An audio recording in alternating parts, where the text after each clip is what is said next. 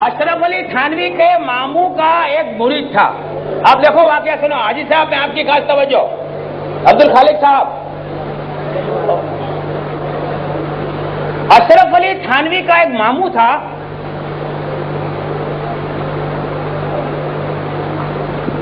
اور اس تھانوی صاحب کے ماموں کے ایک پیر تھے. کیا تھے وہ؟ پیر صاحب کے پاس رات میں رندیاں آیا کرتی تھی.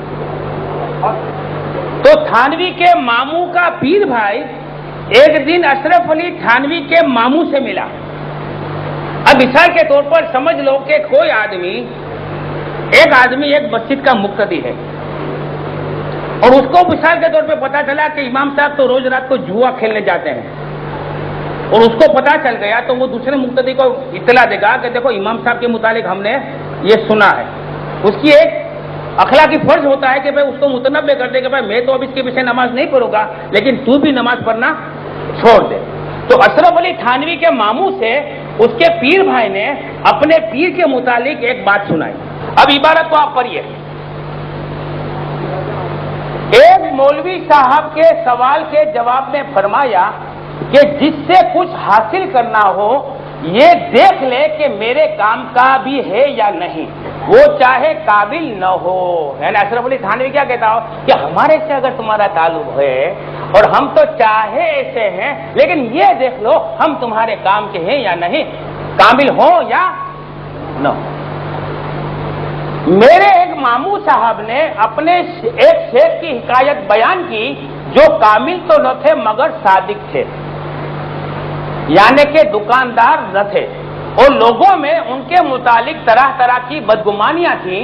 بعض کا خیال ان بزرگ کے متعلق یہ تھا کہ ان کے پاس روپیہ بہت آتا ہے, حجرہ میں مدفون ہوگا, اسی ہی بنا پر ان کے انتقال کے بعد ان کا حجرہ کھدوا گیا کہ شاید روپیہ جمع ہو. بعض کا خیال تھا کہ ان کے پاس رات کو رنڈیاں آتی ہیں.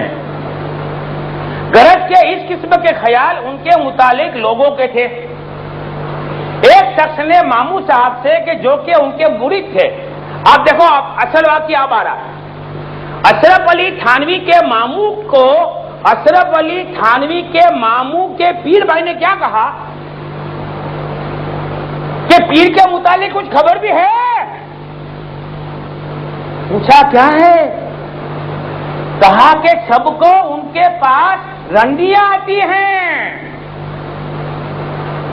اب اگر کوئی شخص کے پاس اس کا پیر بھائی آ کر یہ کہے کہ جناب ہم جس کے مرید ہیں وہ ہمارے پیر صاحب کی تو یہ حالت ہے کہ پیر صاحب کے پاس رات میں رنڈیاں آتی ہیں, تو وہ مرید کیا کرے گا؟ فوراً بیٹھ کر توڑ ڈالے گا یا نہیں توڑ ڈالے گا؟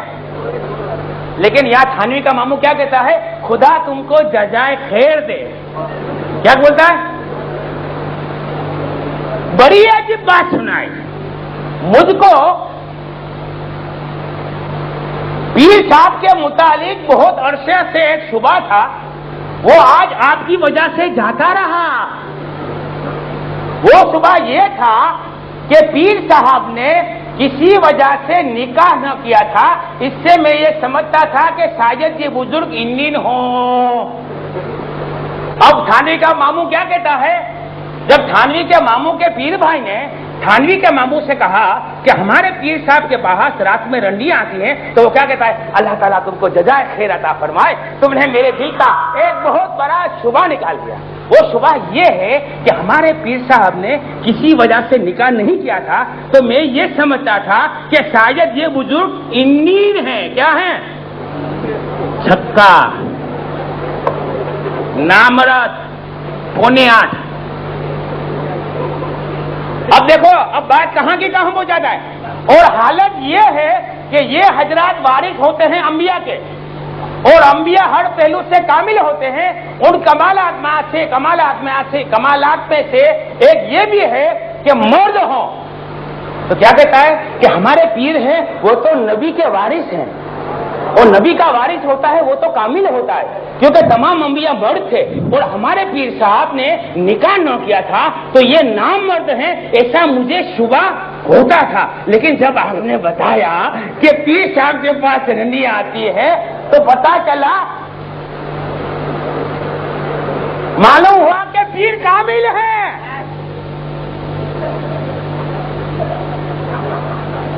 دیکھو لکھا ہے پیر کامل ہے انجیل نہیں ہے.